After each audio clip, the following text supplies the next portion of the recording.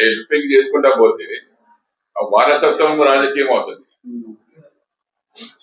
వారసత్వం రాజకీయం అంటే మా నాన్నగారు వారసుని నేనే కదా.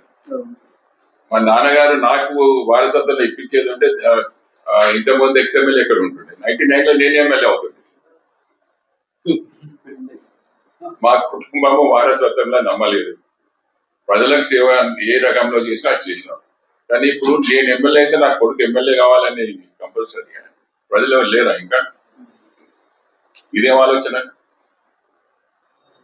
రాజు బ్రహ్మాండంగా పరిపాలించిన నేను నా కొడుకే మళ్ళా రాజకీయం వెళ్ళాలంటే ఇది డెమోక్రసీ. ఈ డెమోక్రసీలో ఆశించుడు తప్పు.